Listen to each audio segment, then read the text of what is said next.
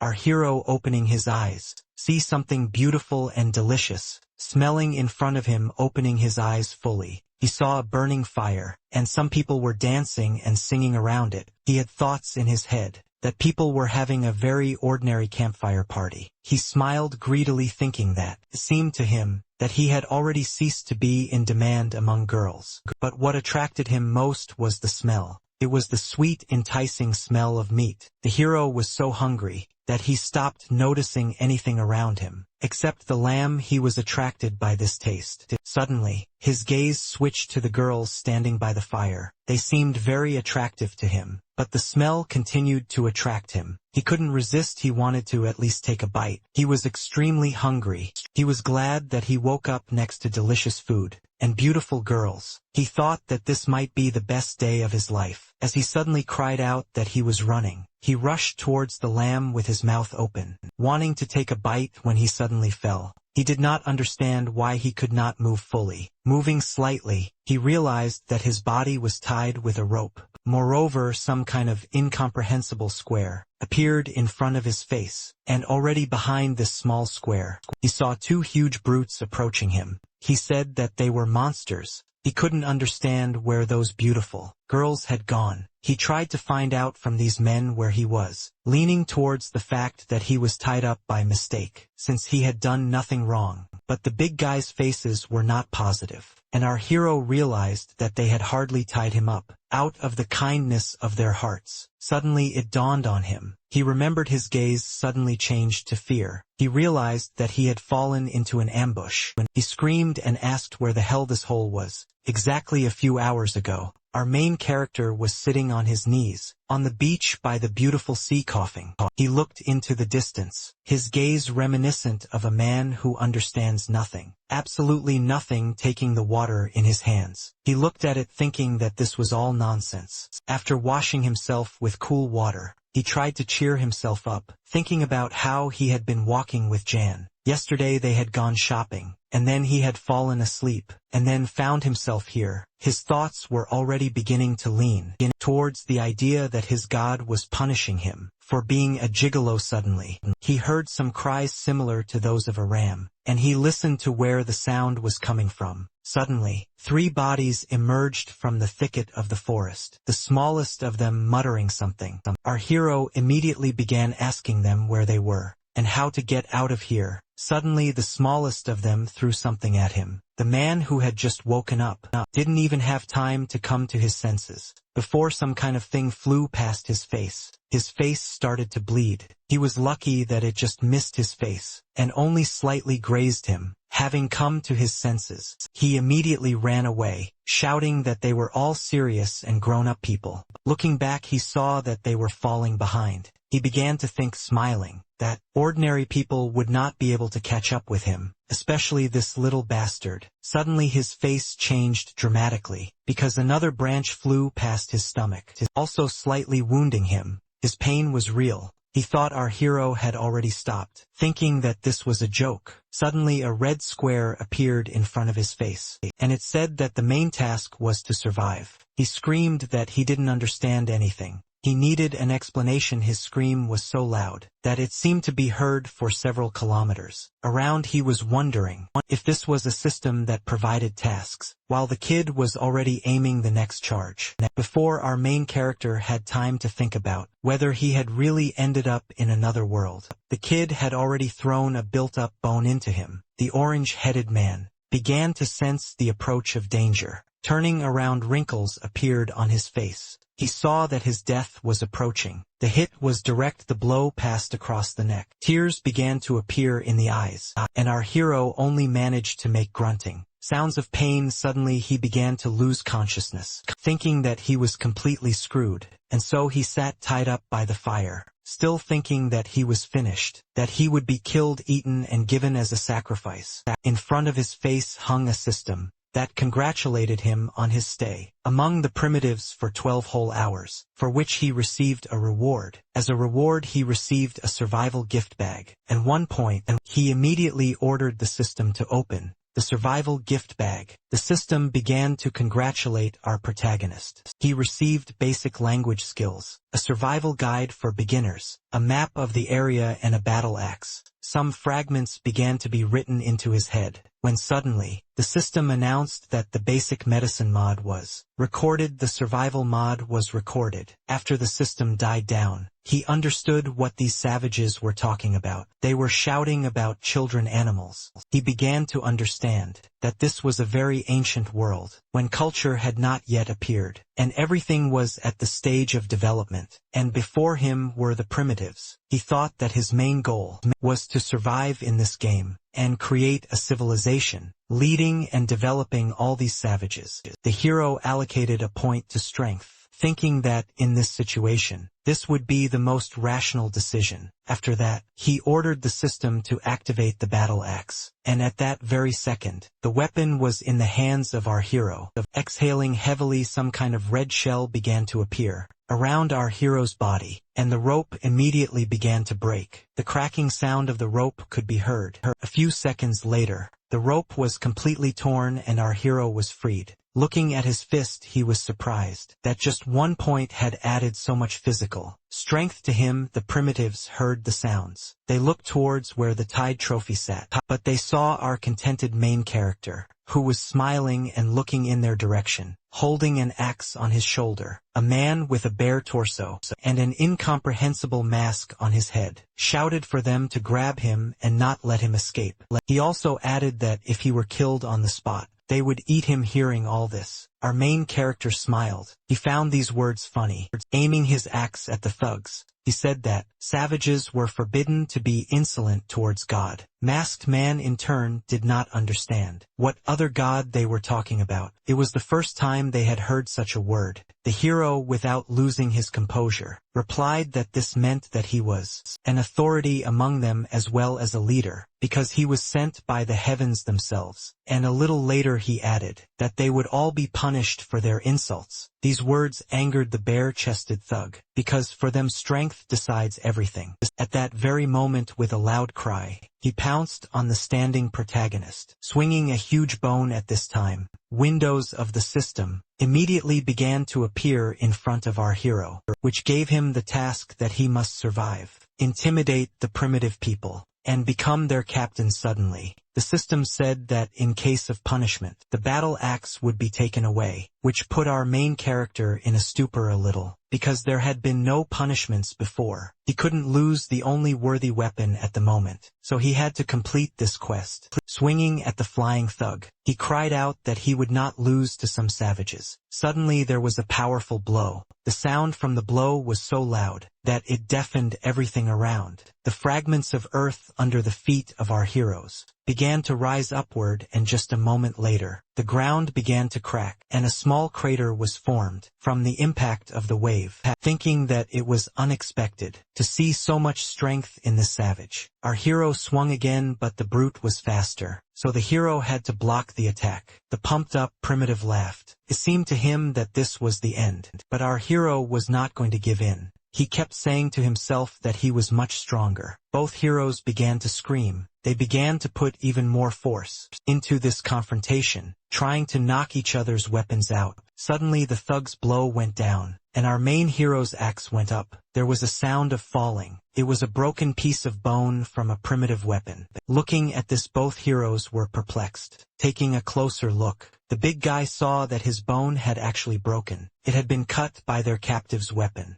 His entire tribe looked at the broken bone, because this had never happened before. Looking around, with the most stupid expression on his face, our hero thought only that the greatest trouble was about to happen. At that very second, he started shouting that this was his favorite weapon. It had been with him since childhood. How dare our hero break it? Immediately switching to anger, he screamed at his comrades to attack him, to tear him to shreds. Running away from the angry crowd, he shouted at them, asking if it was unfair, because the one-on-one fight was not over. He also shouted that it was abnormal for such a crowd to attack a 24-year-old man. Suddenly a man appeared behind him, and quickly caught up with him. A few seconds later he swung right at our hero's back, but the attack was unsuccessful. With a quick turn, the protagonist dealt him a direct blow with an axe, and just a second later, the primitive man sitting on the ground tried to say something, but some incomprehensible sounds came out. Looking at him, our hero told him that they were just a bunch of savages, and this had to end. Raising his head and looking at the rest of the runners,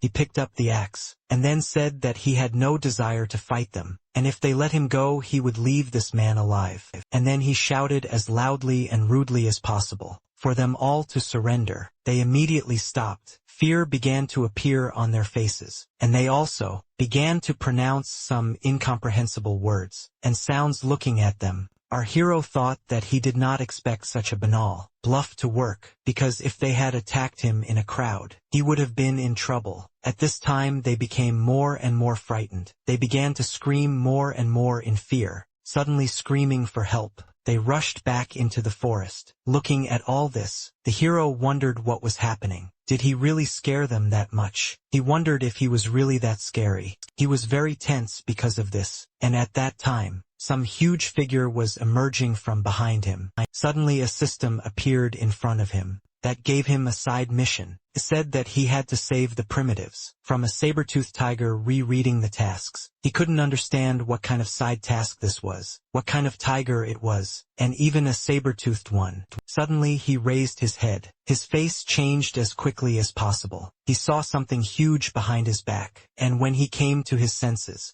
he ran away, shouting that it was a real saber-toothed tiger. Looking at the running protagonist, the woolly one saw fun in him. He growled contentedly, having immediately caught up with our main character. He tried to attack him, but he managed to dodge. At the last moment, the tiger continued to strike with its powerful paws, destroying everything around. The fleeing hero did not understand why everyone in this place wanted to kill him at this time. The saber-toothed one had almost reached our main hero. Noticing this, he thought that if things continued like this, he would die. He was scared. He couldn't understand how the system could give him such an idiotic mission, because this tiger cub would swallow him whole in one bite. While he was in thought, the saber-toothed creature attacked him. The blow went straight to the back of our main hero. The force of the blow threw him to the ground. He fell, his whole body shaking with pain. Trying to get up, he thought that he was going to die now. Had luck really turned away from him so quickly? Raising himself slightly, he aimed the battle axe towards the tiger, thinking that he could no longer run away. He needed to fight,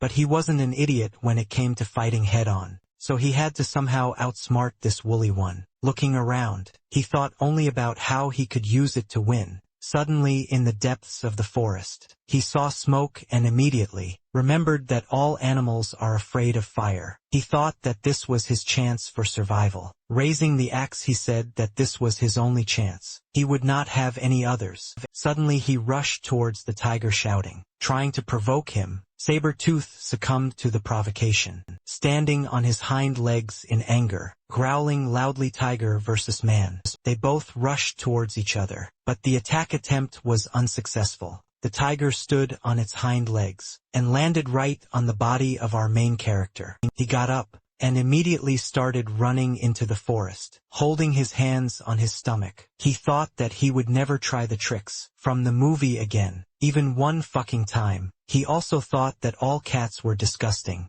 because they all love to play with their prey. As he entered the forest, thoughts began to enter his head that, thanks to the plants, he would be able to, at least slightly, distance himself from the approaching danger. But he was not going to lag behind. He crushed everything, left and right, with his powerful paws. The attack seemed endless, as if he never got tired. Just a little more, and the tiger will reach our main hero. Is this really his end? He thought. But then, he noticed something a couple of meters away from him, and his gaze lit up. He saw that, right in front of him, was that very same fire of the primitives. With the last of his strength, he jumped towards the fire, thereby dodging the cat's attack. The shock wave caused him to flip over. He spun and hit the ground. Looking up, he noticed that he was right next to the roasting meat. With his last breath, he took a piece of wood that lay under the fire, and then with a sharp movement, he stuck it into his head. The tiger immediately began to succumb to pain. His eye was injured, and just a second later, he moved away from our main character. He sensed danger. They both stood in front of each other. Our hero, holding a burning stick with the last of his strength, trying to scare the saber-toothed one. At this time, he was rubbing his wounded eye with his paw. Waving a burning stick, he told the tiger to come to him. This big cat, and at this time, I hoped that he would get scared and retreat, because his strength was running out. Suddenly some strange sound began to be heard. It echoed throughout the entire area. The sound was extremely deafening. Listening closely, he couldn't believe it, because this sound was familiar to him, but not in such a huge size. It was the sound of trampling. A great trampling. The sound continued to sound, becoming louder and louder. This terrible stomping forced the fight between man and beast to stop. The cat said something in tiger, but it clearly sounded like something like wow. Suddenly he screamed in horror. His face became extremely frightened, and then he suddenly jerked to the side, away from the man. Our main character could not understand what could have scared the strong beast so much. As soon as the tiger disappeared, a system appeared in front of our hero, congratulating him on completing the side mission. He was surprised by the generosity of the system, because it gave him 2 whole points, and he also received the gratitude of the primitive people. But the approaching sound distracted him, because it was already very close. It was becoming louder and louder. Looking around, he thought about where he could run, to be in the safest place. As he ran away, he ordered the system to add 1 point to both agility and strength. The system immediately carried out our protagonist's order, increasing his characteristics. He began to feel overwhelmed with strength, and it became much easier to move than before. He overcame obstacles that previously seemed insurmountable. Suddenly he stopped, landing on the outskirts of the cliff. He stopped right in front of the crowd of primitives, looking at their confusion and fear. As soon as our protagonist caught his breath, he screamed loudly to get their attention. Their leader couldn't understand how our main character wasn't eaten by a saber-toothed tiger. He, in turn, immediately smiled after these words. Suddenly, he raised his battle axe above his head and said that, as soon as they met the saber-toothed tiger's gaze, it immediately tucked its long tail between its legs and ran away. They stood there in bewilderment when suddenly, he added that they should all kneel before him, but they stood in a stupor. Their faces were perplexed, just like the face of our main character, who could not understand why. They were not afraid of him. Suddenly a young girl appeared in front of him. Looking straight into his eyes and clenching her fists, she approached him in the payment room, still clenching her fists. Suddenly she hugged his leg and screamed that he was the very benefactor who saved them. At that very moment, everyone fell to their knees and shouted that finally, they would not have to be afraid of the tiger. They immediately began to ask him to become their leader. He wondered if this was really the reward that the system gave him in addition to points. They continued to bow to him, asking him to lead them. Even their current leader praised our protagonist, saying that he was the most powerful of those he had ever met in his life. At this time, our hero was thinking about whether it was really so easy to become their emperor. Raising his axe again, he ordered them to stand up, after which he added that from that moment on, he was their king. The system rewarded him by giving him 1 point and 3 band-aids. He immediately added a point to his physical strength. Our hero thought that the more points he added to his characteristics, the easier it would be to complete tasks. After some time, he ordered the system to open the inventory, contained that very patch. It was an effective medicine, with various herbs that stopped bleeding and promoted healing. Its expiration date was exactly 1 day. The expiration date left our main character stumped, because 1 day is not enough. That is, if he activates it, its expiration date will be 1 day, otherwise it will be spoiled. He took one to see how it would handle the searing wound on his back, left by the saber-toothed tiger. After these thoughts, the plaster immediately began to move to his back, covering his wounds. Some small glow began. Some incomprehensible sounds came from the back, and after some time, the wound began to magically disappear. All the primitives were surprised by this phenomenon, because they had never seen anything like it before, and our hero thought that, at a critical moment, this thing could save his life. Approaching the former leader of the tribe, he extended his hand with this patch, asking him if any one of them was injured, but he immediately shouted out loud to everyone that their king was powerful. He, smiling and with a wise face, said that this was all the pure truth, because if he were not like that, he could not protect them. He immediately added that if he was their king, then he needed to meet everyone. Pointing his finger at the masked brute, he said they would start with him. He needed to introduce himself and talk about his skills, making a strange face and showing his muscles. He said that his name was Shurgu, and he was the former leader of them, and he was also the best fighter. After the big guy there were several more. Suddenly a girl approached Shurgu, and told him that she was the strongest, and her name was Huang Shi. Afterwards she approached our hero, who could not believe his eyes. In front of him stood a simply enormous girl, who told him that she could throw stones. He immediately began to think, because in front of him, there could be a whole hidden boss of this game. Next Shosho introduced herself, and said that she could climb trees and pick fruit. Suddenly something kicked our main character quite hard. In the back of the head a beauty appeared before us who surprised our main character. Her name was Vudeu, but she immediately pointed her finger at the two babies, saying that they were her sons, but they didn't have names yet, because she hadn't come up with them yet. Our main character found this funny and laughed, carefree with a lewd smile. He thought about how he was different from Thief. Chow Chow was a fan of collecting widows as concubines. Suddenly a kid appeared in front of him, who scared our main character outrageously. After everyone, our main character introduced himself, and said that his name was Chun Li. They could call him whatever they wanted, boss, king, emperor, or just Bro Chun. He also added that he knows everything about civilization, and came here to pass on his knowledge to them. Everyone stood and looked at him in surprise, because they had never heard such words before, and did not understand their meaning. He told them not to worry, because he would teach them something new, and after some time they would change a lot, and besides they would be able to eat meat every day. The last words about meat left the primitive stunned, because every consumption of meat was a whole holiday for them. Realizing the words of our protagonist, they screamed with joy, praising their new leader. At that very second, a system window appeared before our hero's eyes, indicating that the main quest to settle down had been activated ahead of schedule. The content of the quest stated that it was necessary to help primitive people build dwellings, officially create a tribe, and increase the number of people to 50. The reward would be 3 points, as well as a large treasure chest. There were 15 days to complete this quest, but since it was activated early, the system added 3 days, making a total of 18 days.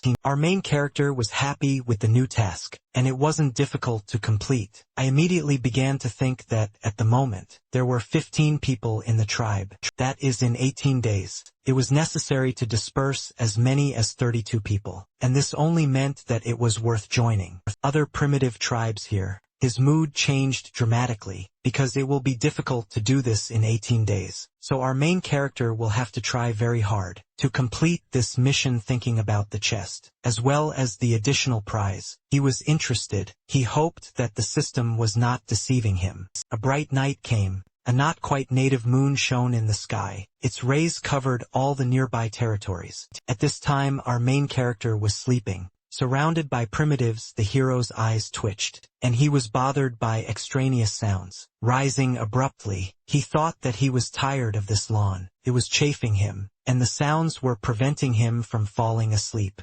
Standing up and holding his stomach, he thought about how it was impossible to conquer the world on an empty stomach, because first you need to eat well. Looking at his tribe, he said that these guys were simple-minded, and did not even leave anyone to guard them. Thinking more and more about food, with each passing minute, he thought about where he could get something to eat. Suddenly it dawned on him, and he cried out loudly. Where he fought with the saber-toothed tiger, there was a lot of fried meat, but at that very second he thought that someone might have already eaten this meat. Two opposites were fighting in the man's head. One was saying that the creature that scared the tiger might still be there, and the other was saying that at this rate, he could die of hunger. After hitting himself in the face a few times, he thought that it was enough to worry, because it was most likely impossible to encounter this creature. Having called the system, he took a battle axe. From there, at that very second, it appeared in his hand, and then he went into the thick of the forest. With dexterous and quick movements, he covered a distance that would have taken much longer. Before at this time,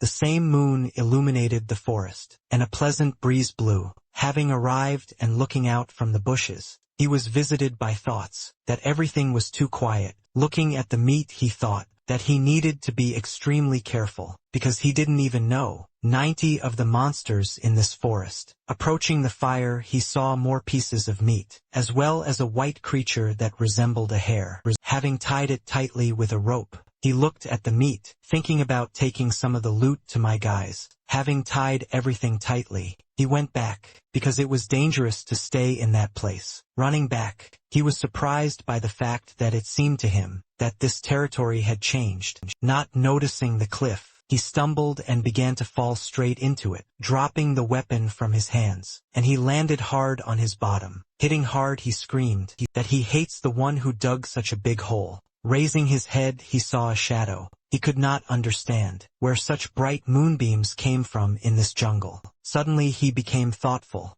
remembering events from the recent past. He felt wild from his thoughts, immediately starting to look around, and his thoughts were confirmed. He is now confident, I am sure, that these are not holes, but traces of the creature that scared the saber-toothed tiger. He immediately assumed it was an ostrich, but just as quickly dismissed the idea, since ostriches that big don't exist. Pictures of different monsters that could have left these huge footprints began to pop into his head. He was stunned because he should have guessed much earlier when he saw the saber-toothed tiger. After all, it's not just wild animals here. These are the most terrible creatures of antiquity that existed in all the myths and legends known to him. He needed to find a safe place to settle down as soon as possible, because there was not a minute to lose. It was beginning to get light. The early sounds of animals and people began to be heard. The jungle came to life. There were fights between the primitives for meat.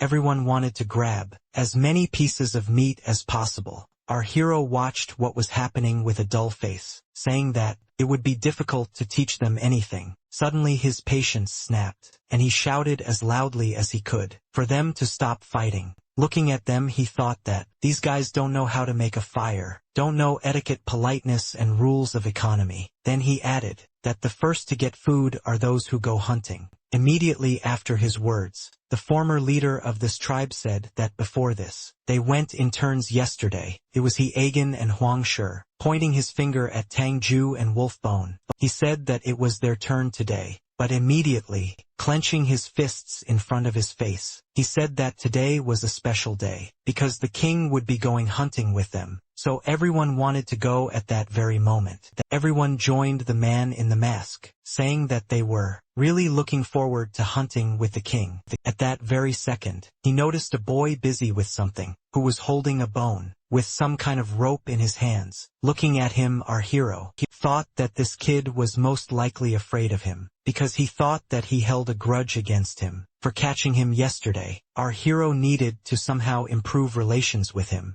After listening to everyone's opinion, he said that since everyone wanted to go, then everyone would go. They also needed to choose a place to build a house. He began to explain what a family is, and that everyone in the family should support each other and protect them from problems. He compared it to a tree, saying that the roots can be compared to a family. The pumped-up girl smiled and said that this was very important to her. And approaching our main character, she extended her long arms and then she hugged him very, very tightly, asking if she could really live with the king. Then he, wiping the blood from his nose, said that everything was correct now. They were one family, which of course would all live together. She happily began to leave, shouting that now the king would live with her, and she wanted to give birth to his child. Having calmed down and moved away from the hug, he told everyone to come as close to him as possible. And then sitting down, he added that they should watch and listen to him carefully.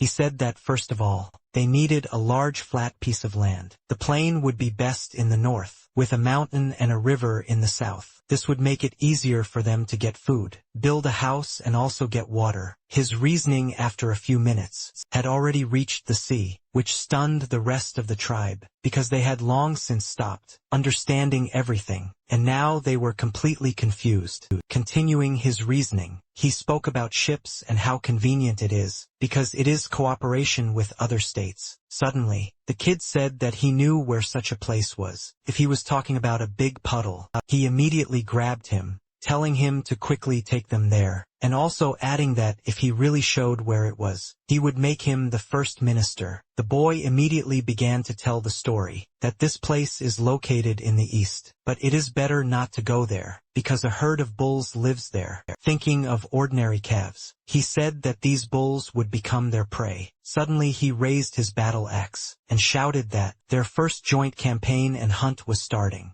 Right now, after some time, it was already daytime. Our heroes were following the boy, making their way through the thicket of the jungle. Some of the primitives already began to doubt this idea, because the foliage did not end. Suddenly a chicken head appeared from the sheet, and our heroes appeared behind her. They were discussing the fact that the area was quiet and calm. Our main character calmed the boy down, saying that he shouldn't worry so much, because he was with them, which meant there wouldn't be any problems. He also addressed the other men, saying that he would protect them all, in case of trouble, because he was able to scare off an entire saber-tooth tiger. Pointing his finger to the top of the peak, the boy said that from there, he would be able to see the gathering place of the herd of bulls. The kid kept repeating that they should be quiet and not attract unnecessary attention, to which our main character said that he was making a mountain out of a molehill. Looking out from the top, he could not understand whether there were any other monsters in this place besides bulls. Suddenly, he noticed something that made his eyes shine.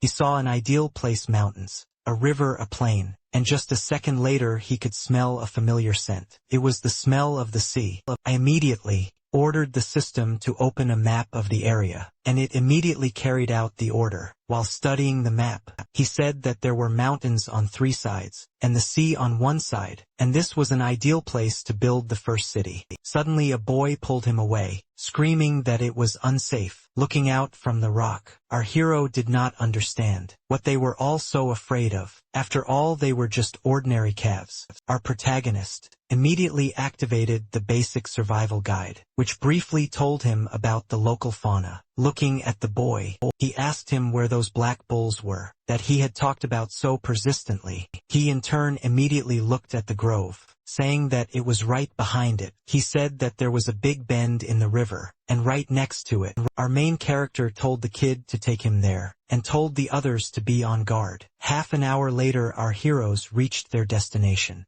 Looking around, he thought that this place was too quiet. He also couldn't understand why they were so afraid of these bulls. Could these calves really be dangerous? He was surprised by the fact that the references wrote down everything around him, and also shared good information with him. He was glad of this skill. He thought that there might be monsters here that were worse than these bulls. Then suddenly he heard the trembling voice of a boy, who was pointing his finger to the side. Having looked first at the boy, he began to raise his gaze. Suddenly he noticed a huge black shadow that was moving. The baby immediately started screaming that he was huge, and upon closer inspection, our main character fell into a stupor, saying that they were in complete shit. In front of them stood a huge monster with horns, who didn't even notice our heroes, due to his small size as he passed them. He looked into the distance and moaned. When he screamed, his roar was deafening and ear-splitting. And stuttering, the former boss of the tribe asked our protagonist if they were really going to hunt these calves. He in turn, with the same trembling voice,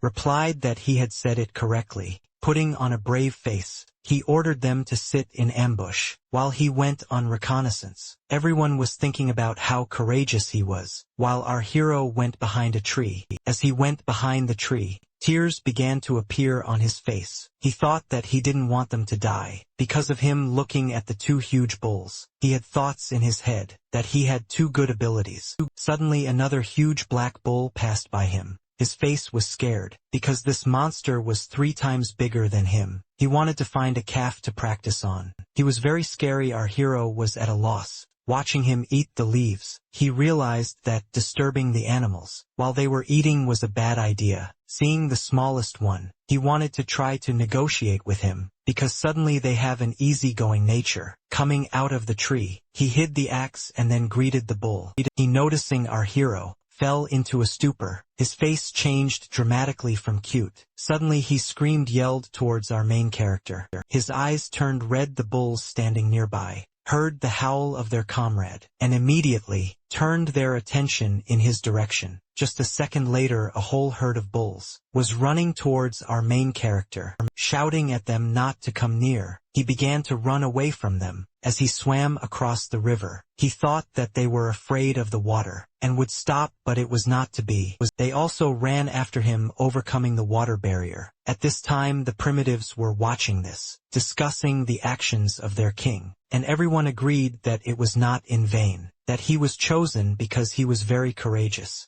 It seemed to them that he had deliberately provoked the entire herd against himself. They had already started betting that he had come running to the wall on purpose to surround them. He immediately started jumping onto the wall. He was so afraid that he himself did not understand how he could move and climb the wall like that. As he climbed higher and higher, he was afraid that they would jump to him. In one of the jumps he almost fell, but managed to grab onto the edge of the cliff. He hung on her, swinging from side to side. Looking down, he couldn't understand what was happening, because the whole mountain was shaking. At this time, the bulls banged their heads against the wall, causing it to shake. Some people fainted from the recoil of the blow. Looking down, he wondered if they were really that stupid. Realizing this, he immediately began to provoke them, trying to provoke them to continue fighting. They looked straight at him. Mooing angrily, he thought that most likely this rock would not be able to support their weight, so it would collapse along with them. Thinking about this, he said that when he returned, he would tell all the hunters about this. Looking down, he realized that they were waiting for him to come down. The best and safest way out was to climb to the very top and find a way around, and he also wanted to record the view from above. His strength was already running out. It was hard for him to get up, but because of fear he moved forward. As he looked up, his gaze changed from fear to incomprehensibility. He saw something beautiful in front of him. It was a beautiful view. He couldn't believe his eyes, because he had never seen such beautiful views before. With a smile on his face, he said that he was choosing this place. He was going to found his empire here. But immediately, his thoughts went a little in the wrong direction. He began to imagine the obscene human form of a bull. At this time, our protagonist's comrades watched the returning herd of bulls, not understanding where their king was. The former boss had already started to cry from the fact that they could trample him. Suddenly, his mood changed and he began to climb the tree, saying that he must definitely take the king's axe for himself. As he was climbing down from the tree, something flew towards him, straight at him suddenly, with incredible force. It pierced the tree a few millimeters from his body. It was our main character, who asked Shirgu if he really wanted him to die faster. Everyone immediately threw their hands joyfully in his direction. Shirgu immediately began asking our hero about the bulls, and his strength, pointing to one of the bulls. He said that he was going to eat beef. After a short pause, he asked his boys if they would like to try it. Everyone immediately began to hesitate, answering incoherently, but our hero immediately interrupted them, and with an angry face, ordered them to answer only yes or no. Everyone immediately answered hesitantly yes. The king, approaching the tree, began to take out his axe. Picking it up, he said that from today on, he would teach them how to create powerful weapons, as well as advanced hunting techniques that can kill monsters and beasts much stronger than them.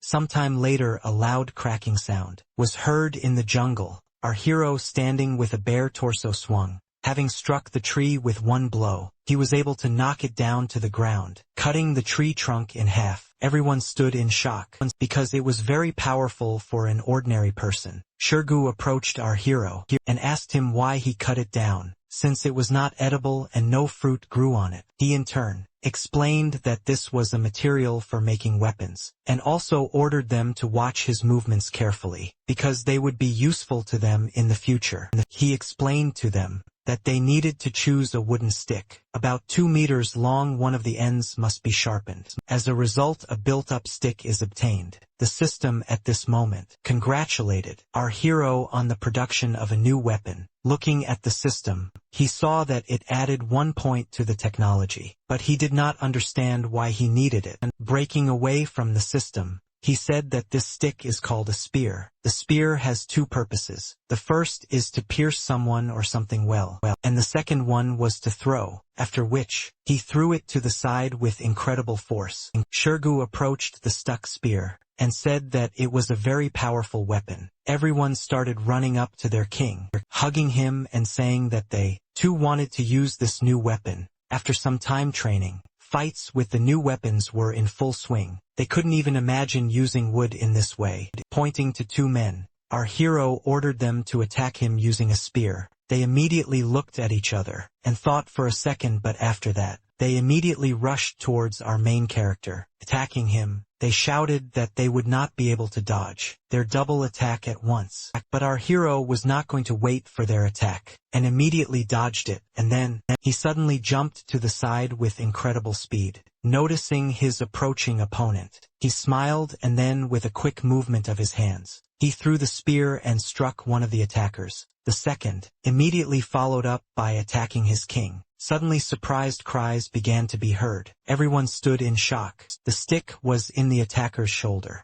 and our main character said that he died. He, having fallen to the ground, thought only that, if there had been a point at the end of the stick, he would have truly died as he left. The king said that skills required training, and that now, javelin throwing would be suitable for all of them. Showing the side of the stone, he said that their task was to get there, from this place, and whoever did it first would receive a spear. The first to volunteer was Shirgu, the former leader, who immediately took aim, and then with incredible force, he threw the spear towards the stone. That in turn pierced the stone right through. Our hero praised him, saying that the strength was excellent, but accuracy needed some training. He called the next one, it was the hunter, Nick Zian, and so it went on. Everyone had to try. Suddenly, some sounds were heard, and our hero ordered everyone to prepare for battle. Standing right in front of the thicket, someone cried out that something huge was approaching him. It was already close. Their boss immediately ordered them to fight,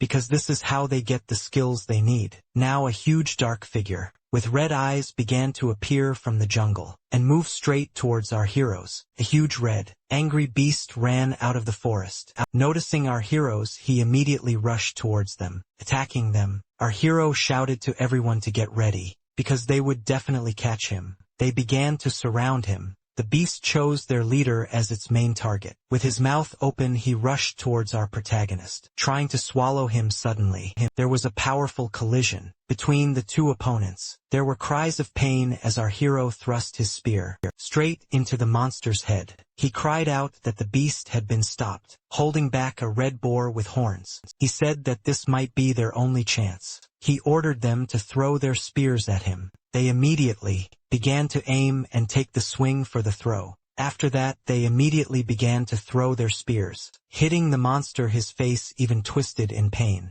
But the spear, with which the main character held the bull, could not withstand the force, and broke the boar. Bending slightly, looked at the people who surrounded him. Suddenly a boy with a skin on his head threw a spear in his direction. He began to go wild with pain, because the hit was accurate. Looking at all this, the hero thought that this boy had skill. The boar rushed towards our main character. All this time, the boy sat on the deck and watched what was happening, waiting for the moment to attack from the air. The red boar fled in desperation. An axe appeared in the boss's hands. He was not going to let him escape, having hit him and sent him aside. Our hero screamed this was a sign for Shirong, who was sitting in the tree. He immediately jumped down from the tree, raising his spear, and aiming it straight at the beast's head. Having stuck it in, the boar began to squeal in pain. He began to thrash from side to side, breaking trees with his huge body. The system notified the protagonist that the monster had gone berserk, after which, the boss immediately screamed for everyone to dodge. At this time, the boy was shouting for everyone to save themselves, but he was not going to let go of the spear. At this time their king was approaching the monster. He was going to save his subordinate. He jumped and swung, shouting for Shirong to let go of the spear. With fury in his eyes, he struck the monster with all his might. The blow seemed to cut through even the air, and a column of dust rose up. The silhouette of our main character began to appear from the dust, and the monster lay on the ground, without the slightest movement, standing on his head. He shouted loudly that there would be a big feast today. All this time Shong did not let go of the spear. He continued to hold on to it. The king extended his hand to the boy, telling him to get up. He praised Shirong, telling him that he stood out more than anyone else, and that he was a great guy. He praised all his subordinates, saying that they deserved the food. Everyone was happy, because they would eat a tasty and hearty meal of meat. Shirgu saw a woman carrying a huge piece of meat, telling her that this piece would be his, but she immediately refused him, saying that this piece would go to their king. She approaching. The king did not understand his reaction to raw food. He explained his reaction by saying that he saw them frying food over a fire. She answered him that they had not managed to preserve the source of fire, so now they would have to eat the food raw. Our hero thought that fire was the beginning of human civilization, and even subsequent development is inseparable from fire. He didn't think they were that far behind, because food cooked over a fire was much tastier than usual. He needs to teach them how to make fire. Telling the woman to follow him, he went to the others, approaching the tip that had broken off in the battle. He looked at it, calling everyone closer. He told them to watch his movements, because he was about to teach them something that would be useful to them. He said that it is worth adding a depression, and then rubbing wood against wood, with a few hand movements, and speaking about the need to constantly speed up. When the tip was removed, flames began to appear. Shirgu immediately started shouting that he wanted the whole world to know that their king had mastered fire, but he immediately squeezed his head in embarrassment, telling Shirgu to close his mouth. A system appeared in front of our hero, which surprised our hero. Technology has been increased by plus 10 points. He still didn't understand what this technology would provide, but it clearly wouldn't be superfluous, as it seemed to him when he suddenly remembered that paintings convey information. He was going to spend these glasses in order to learn, to understand them. The kid approached the boss, saying that he had discovered something. After all, they had defeated the female, so he assumed that her offspring were nearby. And in the end, I was able to find the little cubs. At that very moment, a system emerged that gave our main character a new task. The task was to subjugate these animals. He had to make them domestic. Dolda and Zion and immediately went to get the pigs. Exhaling heavily, our main character thought that the day had been quite difficult, but he still had to figure out how to make a pigsty. The sun was already hiding, but some strange sounds were still coming. From the forest, the men carried branches, each wondering why the king needed so many branches. The rest were collecting something. Some were knitting. Everyone was at work. Shirgu was surprised when he saw this. He didn't understand what they were doing. The boy with the skin on his head explained to him that the king had said that it was called a straw rope, but he didn't understand anything. It was hard for him, because he had never seen anything like it before. The sounds of breaking earth could be heard nearby. The main character made several holes around. He told them to come and listen to him carefully. They needed to choose a branch similar to his, and the rope. Each person must make at least 5 of these wooden structures. Insert the assembled structure into the prepared holes. Then connect them together. The sticks are connected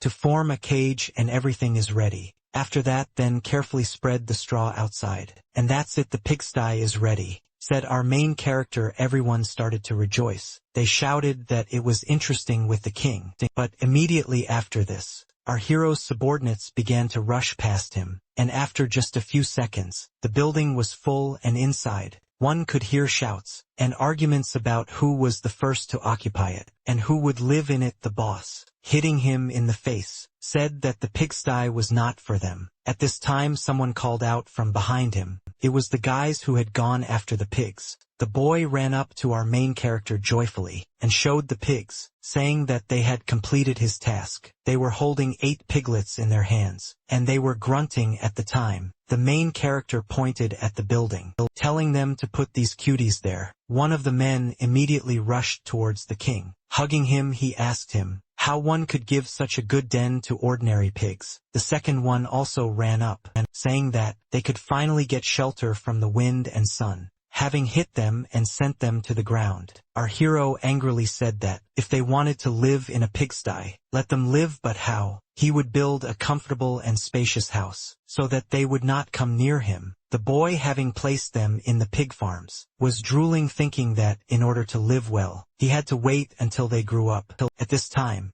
our main character stood in front of the primitives, and said that if they do not understand something, they need to study more at this time. The system rewarded its hero for completing the task. The chest was immediately opened, and items began to appear from it. She congratulated him on acquiring the skill of cooking: fried eggplant, fried peanuts, fried eggs, fried lamb, fried shellfish. Seeing this, he was happy because tasty food takes a lot of energy. The system also notified the hero that cooking the recipe could unlock special rewards. Night had fallen, the moon was as bright as usual, and even at night the air temperature was warm. Shong and his boss were sitting near the fire. The rest of the tribe was fast asleep. The king turned to his subordinate. He thanked him for being on duty for everyone, and also for helping him today. Laughing, our hero said that Shorong was not afraid, that he would take revenge for that situation. And after some time, I asked him if he knew of any similar tribes,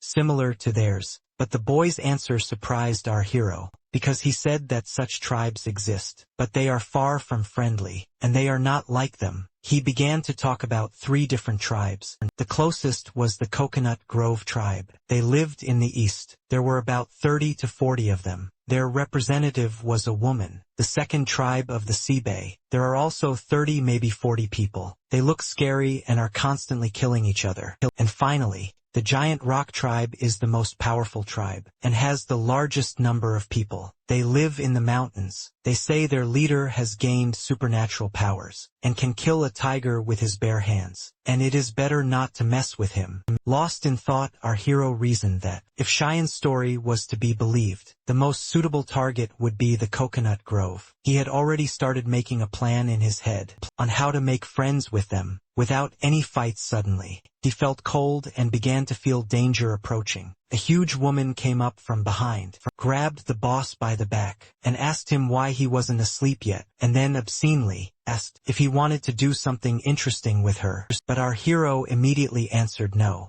Parodying a cat, she meowed, hinting at something to the king. Extending a trembling hand towards the boy, he said that she was doing a great job of showing a saber-tooth tiger at that very second. He grabbed Sean and rushed towards the forest, screaming that he really wanted to go to the toilet. 2 comrades were sitting in a tree and having a conversation, when suddenly, the younger one said that they had arrived. The king immediately began to watch them closely. A blue human-like creature ran after the bird, screaming that it would kill it, and just a few minutes later, she was right in his arms. A second blue creature immediately appeared, but they had a conflict over who would take this bird, and they began to angrily shout that they would kill each other. At this time, the boss of the primitives was discussing the fact that these guys are very physically developed and have well-developed limbs, but their brain is very simple. He also told Shuno that if they could connect them to the flames, they would be able to capture the dodo birds. The kid immediately responded that their tribe was much smaller in number,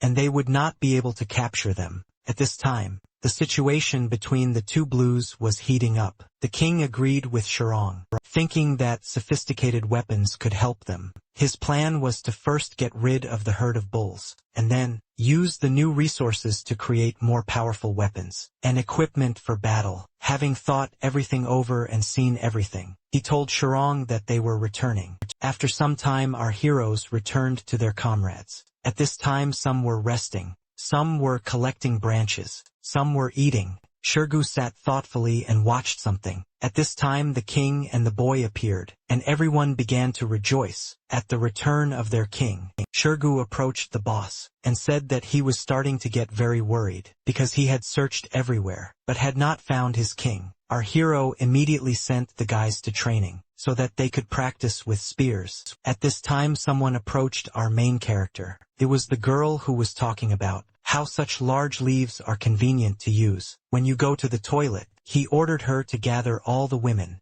He needed their help because he was now going to teach them something interesting. She immediately left, saying that she would gather everyone in a few minutes. After some time, the main character was surrounded by women, holding stones in their hands, showing the stones to the king for evaluation. They expected praise from him. He immediately set to work, explaining that first, you need to make a rectangle out of the stone, and then rub it tightly against another stone, to create a point. In this way, they will make a stone X. They began to applaud him, saying that their king was magnificent. The system congratulated our hero, saying that he would receive 1 point for making an X, but he was not happy about this, because he did not understand how it worked, because he was given 10 for the fire. Upset, he accepted the point. Waving to the girls, he told them to try while he rested, but one had already done it. She showed her creation. Our hero was surprised, because he did not show an axe with 2 sharpened ends. She immediately answered that she saw a similar one. At her king, a system appeared before our hero,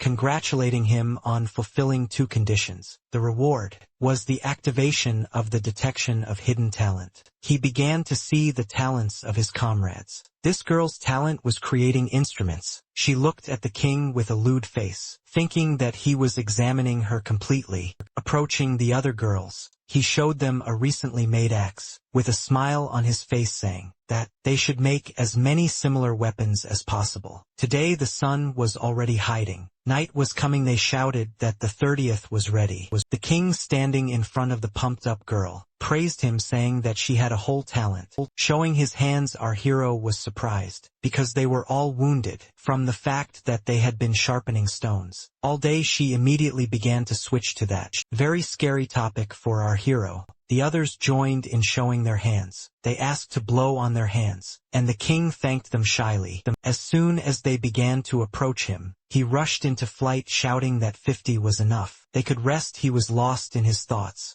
as he made his way through the bushes, when suddenly I heard that I needed to let go, and at that very second, something began to approach our hero. He barely managed to dodge, and shouted some obscene words as he watched the moving target. He thought that the boys were having a great time. Suddenly they shouted for the next group to get ready. Approaching Shirgu and the boy with the skin on his head, he praised them and then said that tomorrow they would be squeezing with the bulls. He also added that he would take a secret weapon with him. Night fell. The moon illuminated the area. Our main character stood near the fire. He was swinging an axe and doing something, hitting it against a stone. Each blow became more and more powerful, and the sounds became louder and louder. He exhaled heavily, and thought about how he hadn't slept all night, because he wanted to finish making the secret weapon. The whole tribe came to him. He told them to watch. They had to pick the black tops of the leaves, and if they had wounds on their hands, they should not touch this juice of the leaves.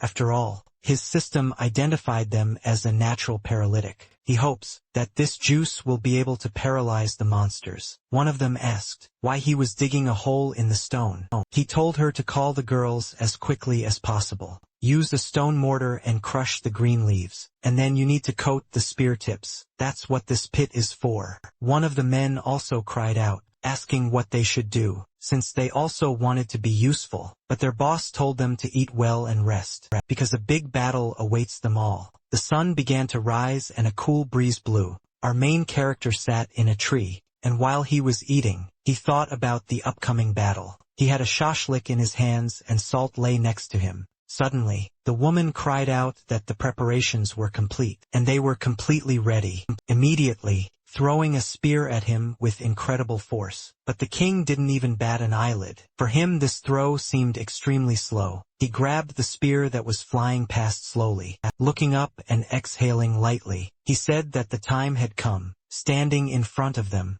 He gave orders saying that the women should stay here and protect the children, and the rest should take up arms and move up the mountain. Everyone was happy because their new story was beginning. Now it's the monsters' turn to tremble. They screamed. After some time, our heroes reached their destination. The king went alone as bait, while the others sat in ambush. Shirgu spoke about how their king was strong, and that no one should think that he would not return. Suddenly Shong shouted for the others to get ready. He saw some movements on the other side of the river. Shirgu said that they had the right to make mistakes, because their king took a very big risk for their victory 10 minutes ago. Some sounds were heard in the foliage. These were the sounds of movement. The bulls often paid attention to this, examining the thick forest. It was the boss, who was thinking about his latest experience of fighting bulls to be on the safe side. He needed to lure a small bull, making his way closer and closer. Through the thick bushes he tried to be unnoticed. His thoughts were that the main thing was not to trip, otherwise he would most likely die. Having picked up the stone, and immediately sent it towards the bull, he was ready to put everything on his plan. The hit was accurate. He hit the head. The bull immediately paid attention to him. The hero began to shout all sorts of nasty things at the calf. He immediately became angry and went berserk, and the rest of his herd also turned their attention towards the main character. They immediately rushed towards the man. The king was a little confused, because it was enough for him to try his strength on one, and there were 3 of them. But as soon as he came to his senses, he immediately took off running, starting to implement his plan. The bulls quickly began to catch up with him, destroying everything around them. Running down the hill, he shouted for Shiga to order them to aim at the first bull. At this time the first bull was already trying to hit. The running man Shirgu gave the order to the primitives to prepare for the attack. As soon as he saw that the bull was within attack range, he ordered to attack. Everyone started throwing out their spears, aiming for weak spots. All but one of the spears reached their destination, piercing the bull's body.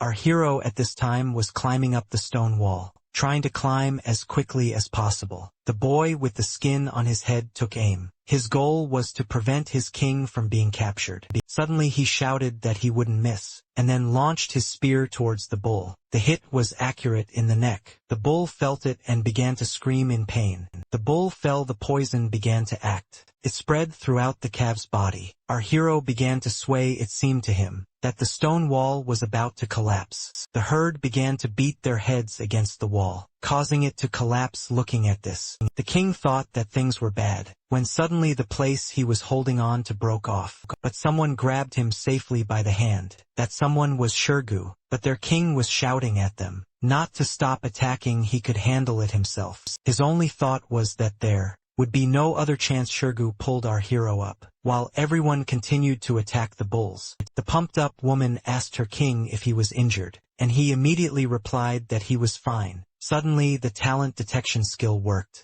An inscription appeared above Shirgu, stating that his talent was in commanding an army. The former boss of the primitives said that they were doing well, because they were weak. One bull was lying on the ground, and the rest were barely moving. The poison had begun to affect them too. Smiling, the boss of the primitives thought that the anesthetic had worked faster than he had planned. Suddenly Shang shouted in a trembling voice that several more bulls were approaching them. But it was not just a few, but a whole herd. The hero's eyes were in horror, because they arrived much faster than planned. He continued to give orders, saying that they needed to focus on those 3 bulls. They couldn't be allowed to escape. The bulls were screaming furiously, and the air was filled with tension. It seemed to our heroes that they had been throwing spears at animals forever. 2 bulls began to fall, their bodies covered in wounds. But just a couple of minutes later, the king gave the order for them to stop. 3 bulls lay on the ground, without the slightest movement. With each passing minute, the herd of bulls was getting closer and closer to them.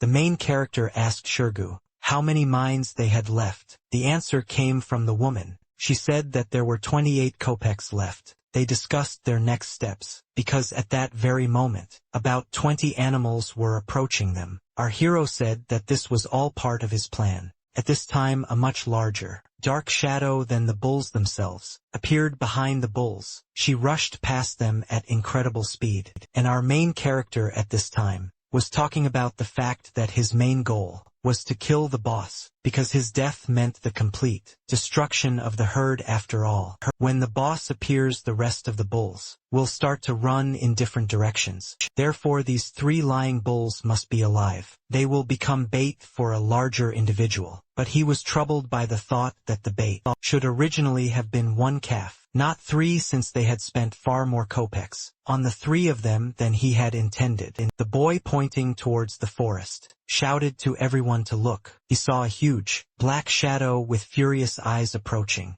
It was that same monster, the boss and head of the herd. He stopped, and immediately began to take deep breaths of air. And then he began to roar, pushing our heroes away like a wave. His roar even caused the stone wall to collapse. Standing up, Shirong told everyone to get ready, because they were here, and at this time, a herd was approaching the wall at incredible speed. The bulls began to crash into the wall. One after another, there were terrible, loud sounds of the rock collapsing. The heroes began to discuss the fact that they had all gone crazy. The protagonist was furious, because the leader of the herd was not going to fight them. He commanded from a distance. Our heroes were confused by a strange sound. It began to engulf the entire territory. It was a sound from below. The mountain was collapsing. The boss gave the order for everyone to return as quickly as possible, because now, but before he could finish speaking, the ground right under our hero's feet began to collapse. Turning towards the alarming cry,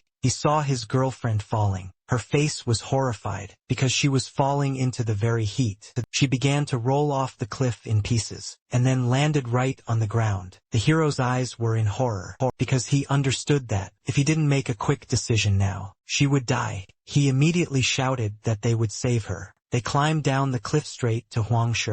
He held her in his arms. The rest of the primitives stood like a mountain in front of them. He told her to rest, they would save her. A whole herd of angry bulls stood in front of them. The primitives did not understand what to do. They were waiting for orders from their king. Right now a whole herd was approaching them, intending to kill them. Their boss told everyone to disperse. Our protagonist assumed that the leader had seen through his trap. He didn't expect that he had such a high intellect. Shirgu from above ordered everyone to take up arms as quickly as possible and defend the king. The main character immediately shouted up for them not to do anything. For now, he then added that they should prepare to kill those who approached them first. But the bulls did not wait for our heroes to come to their senses, and immediately began to attack them. Suddenly a man appeared in front of our main character, who also threw his poisonous spear with incredible force towards one of the bulls. A boss appeared from behind him, activating his battle axe and also rushing to attack. With just one movement, he cut off the attacker's head. At this time, another bull came to attack him, but Xing saved his boss. The rest of the primitives were also in the midst of a battle. They made powerful swings with their spears, and then they threw spears. But some did not reach. The bulls defended themselves. The fight did not stop, and the smell of blood began to rise. There were screams everywhere. The smell of tension was there. People's bodies were covered in sweat. Some of the primitives already entered into battle. With bare hands, Shirgu gave orders from above. They also continued to attack, trying to give time for their comrades to retreat. But the herd was not going to retreat. Their rage was not limited. As a result, after some time, our heroes were able to repel the first wave of attacks by the animals. The next ones came after them, and with their gaze they seemed to analyze our heroes. Suddenly there was a roar, and all the monsters looked back, as if they were listening, and then they began to move away with slow steps, as if they were going backwards. Or did they just receive orders to retreat? Our protagonist thought, looking into the distance with a serious gaze. He thought that this huge monster had finally decided to fight them personally. The tension began to rise. It started to rain. Our heroes were preparing for battle. A huge animal appeared before them. It was a real monster. This monster was the king of bulls. Taking a deep breath, some kind of aura began to rise around the bull. The king of the primeval realized that there was going to be a powerful attack. Now he shouted for everyone to run away. At that very moment, a powerful attack came out from the monster's mouth. From her hit, the wall began to collapse even more. He was aiming at the primitives, who were standing on the mountain. The blow stopped and a road appeared in the mountain. Looking at his subordinates, our main character understood that this monster had instilled fear in all of them, and their fighting spirit was lost. He ordered everyone to flee north, while he distracted him and the rest from above had to wait for his signal to attack. Looking at this monster gritting his teeth, he told him that he was against him. He immediately rushed towards our hero, preparing to strike him. The king was not going to stand and wait for his death. He stood up and also rushed towards the bull. Their blows touched, dust rose and a shock wave passed from their blows. None of them were going to retreat. Each of them wanted to kill each other. But the monster's strength was greater than that of our main hero, and he threw it aside,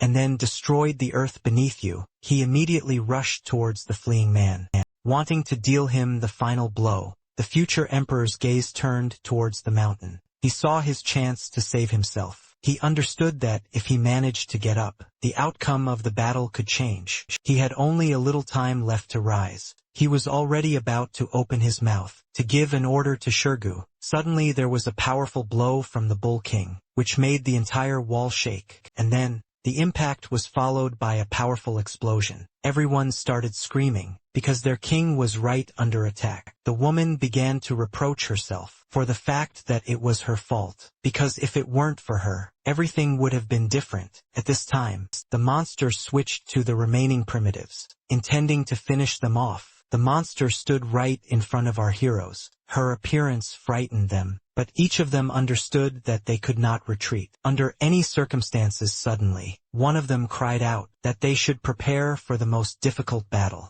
The bald man said that they would kill her here, and now they must avenge their king. Suddenly something flashed past the king of the bulls. His eye was wounded, blood began to flow. The bull could not understand where he was attacked from, and who could have done it. Suddenly a shadow began to appear, which blessed the bull because thanks to him, the gorge appeared. It was our main character, who supplemented his words about the gorge by saying that at the critical moment, he was able to hide in it. But even despite this, he was seriously injured. His body was shivering, and his body was covered in wounds. Everyone started screaming. These were screams of joy. They couldn't believe their eyes, believe that their king was alive and he was with them. At that very moment the king turned to Shirgu. He in turn replied that he was glad to see the king alive and unharmed, and that he was eagerly awaiting orders. Immediately rushing towards the huge bull, our hero shouted that they must kill him. Everyone also rushed towards the bull, following the orders of their king. Everyone was determined to kill the monster. One of them approached first. He jumped with the intention of hitting the monster straight in the head,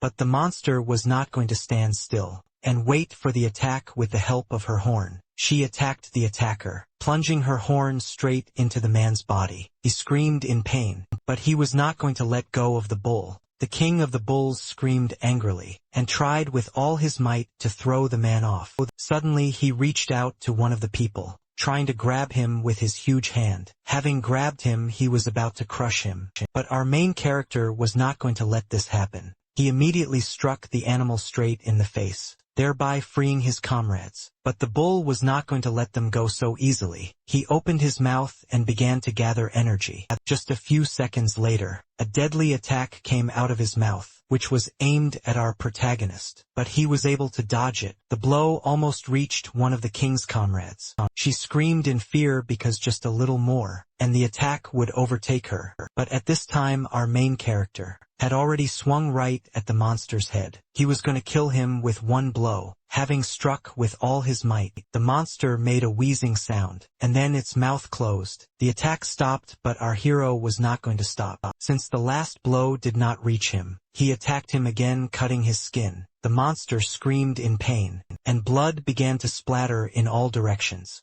As he fell down, The king ordered Shirgu that this was their chance to attack. The bull king Shirgu immediately ordered everyone to aim for the wound. This was their last chance. The comrades who were above immediately began throwing spears at the monster. Almost all the spears reached the bull's wound. His roar became even louder. His wound began to bleed even more. At that very second he rushed to the side. It seemed that he was trying to escape from the attackers. Suddenly, he fell to the ground, and his fall raised thick dust around him. Everyone looked in surprise at the fog that seemed to rise. Their bodies trembled from pain and fatigue. The tension continued to hang in the air. They wondered if they had won. They couldn't believe their eyes, because they had just performed a miracle. Suddenly Shirgu shouted about their victory, and everyone started shouting with joy. Our hero stood right at the head of the monster. The bull's eyes were closed, and screams could be heard around, that it was all thanks to their king.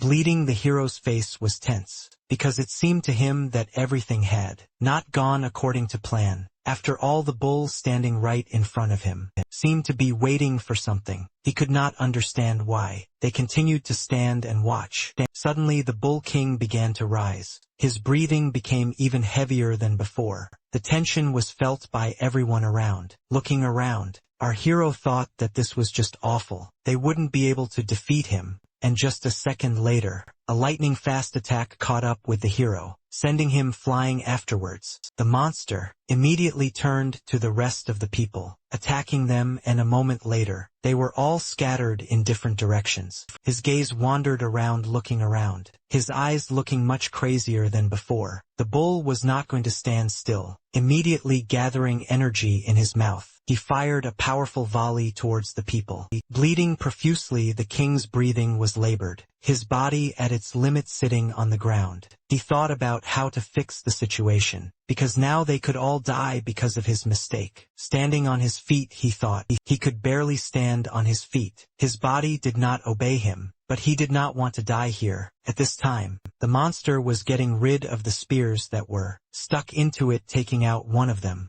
He threw it towards our main character. The spear flew at an incredibly high speed. Our hero understood that he would not be able to dodge. He thought, was this really death? Suddenly, a huge pumped-up shadow of a woman rushed past him. It was Lee's yellow-haired friend. She took the spear on herself. It pierced her body through and through. Our main character's face darkened. He understood that it was because of him. He couldn't figure out where the plan went wrong. His thoughts were filling his head. A dying comrade lay before him, but he could do nothing. He was filled with anger. He stood up to remember all the wonderful moments associated with his girlfriend. He had fun with her. Anger filled his body more and more. Standing right in front of the enormous monster, he looked straight into its face. Its body began to glow, covered in a light aura. Our main character was filled with hatred. He screamed that he would kill. He wanted to kill this monster. The system began to sound warnings. Warnings of the emergence of an unstoppable force. But our hero did not pay attention to the system. His thoughts were only about murder. Gathering all his strength into his axe, he struck, sending it towards the bull king. The blow passed through, cutting right through even the ground, and the body was cut in half. The bull screamed in pain. The screams seemed to be heard for hundreds of kilometers around. Suddenly the screams died down. Blood was spilling around, covering the ground and coloring it red. Our hero looked at the monster with a furious gaze. It wasn't enough for him. He wanted to kill everyone else. Standing and looking at the remaining herd, he shouted at them to fall. He wanted to kill them all. Their faces changed. Their faces became frightened, because their king was dead. Gasping for breath, our hero continued to scream in rage that he would kill them. He ordered them to attack. Suddenly one of the bulls screamed. Fear was evident in his mooing, and their colors changed from scarlet to blue, and immediately they rushed to the side, running away as quickly as possible into the thicket of the forest. Our hero's strength finally left him.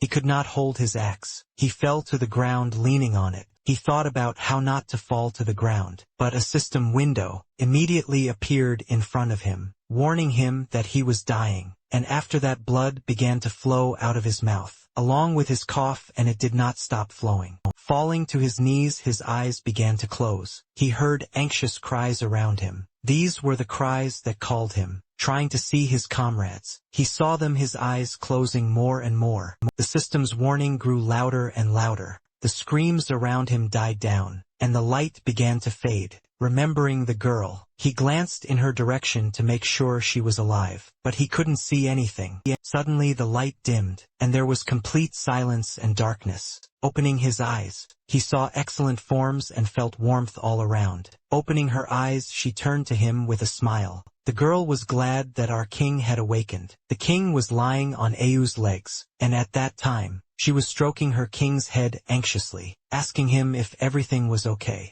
Our hero immediately asked her if they were really in a pigsty, but there, with a smile on her face, she replied that this was not a true belief. She told him that, after they drove out the bulls, they moved to a new land, and they built this hut especially for him. By telling him to lie down alone for now, she was going to notify the others that he had woken up. But our hero immediately told her to stop. He was interested in what was happening with Dada and Lu Tang. The girl said that when they found Lu Tang, he was barely breathing, but he quickly recovered. And after he came to, all this time he stood outside guarding the king. Yes, she is more injured. She had a magic medicine, so now she needs to rest and she will recover. The rest are fine afterwards. She added that in 4 days, everyone returned to normal and went back to their daily routines. The king couldn't believe that he had slept for 4 whole days. Opening the system window, he saw that there were 11 days left until the end of the quest. He thought that there was little time left. There was no need to waste a single second. At this time, the girl, giggling, thought that the king was strange, because he was looking at one point for so long.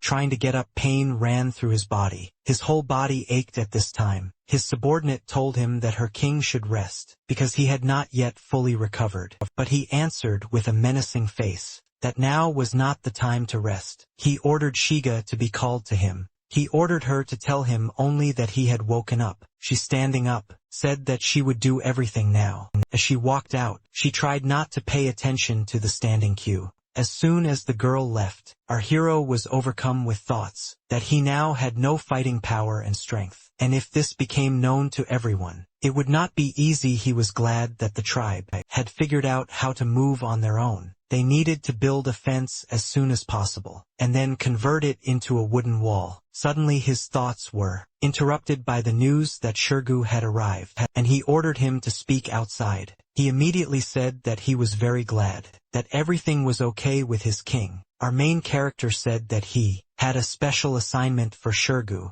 He ordered him to come closer to the walls and remember everything he was about to hear. He inclined his ear, saying that he would do everything in the best possible way. A few minutes later, he happily turned around and, shouting that he would definitely do everything, began to leave. The hero understood that he could no longer make mistakes while hunting bulls, so he needed to clear the area. After that, he immediately turned to Lu Tang. The king said that there was a special task for him too. He ordered him to go for the Bull King and bring his skull and skin. Holding out the axe, he made his subordinate sparkle with joy, because he considered this weapon divine. As he left trembling with joy, he also shouted that he would definitely complete this task. The girl, approaching the entrance, said that the king should now rest, but he, without letting her finish, immediately refused. He said that there was a special task for her as well. After a few seconds, he told her that if there was no one around, she could come to him alone. As she entered, she listened to the king say that he had sent them away, specifically to give her a secret mission. She immediately took off her clothes and said that she had been ready for a long time.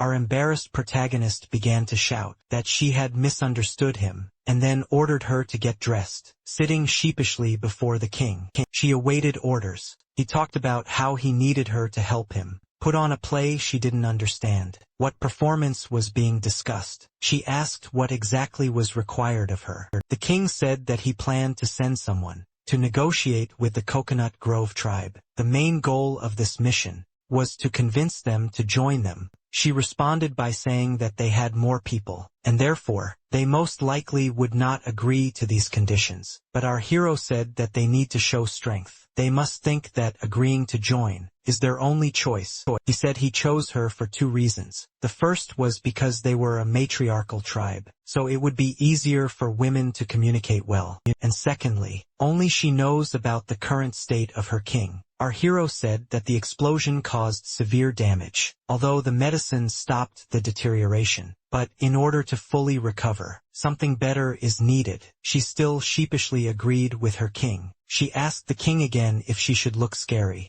to intimidate the Coconut Grove tribe, but she immediately said that she understood everything, and that she would not let him down. Our 2 heroes were on their way. They both didn't know what was waiting for them on the other side, but they wanted to be useful to their king. The kid said that they were about to arrive, and he added to his words that the Coconut Grove tribe does not like war. But he also reasoned that conflict with them should be avoided, because even though they consist of women, their strength is great. But his companion reassured him, saying that his only task was to show where this tribe was, and that she would take charge of the negotiations. The boy also complained to her that the king was too partial, since he had created such beautiful clothes, especially for her. After some time, sounds began to be heard in the bushes. The rustling of leaves was quite loud. Suddenly, our heroes appeared from behind the foliage looking out, and surprise appeared on their faces. They saw a beautiful sight. Several women were taking a bath. Joyful cries were heard, but there were also some insults. Among them stood a green-haired woman. She was the queen of this tribe. The boy's companion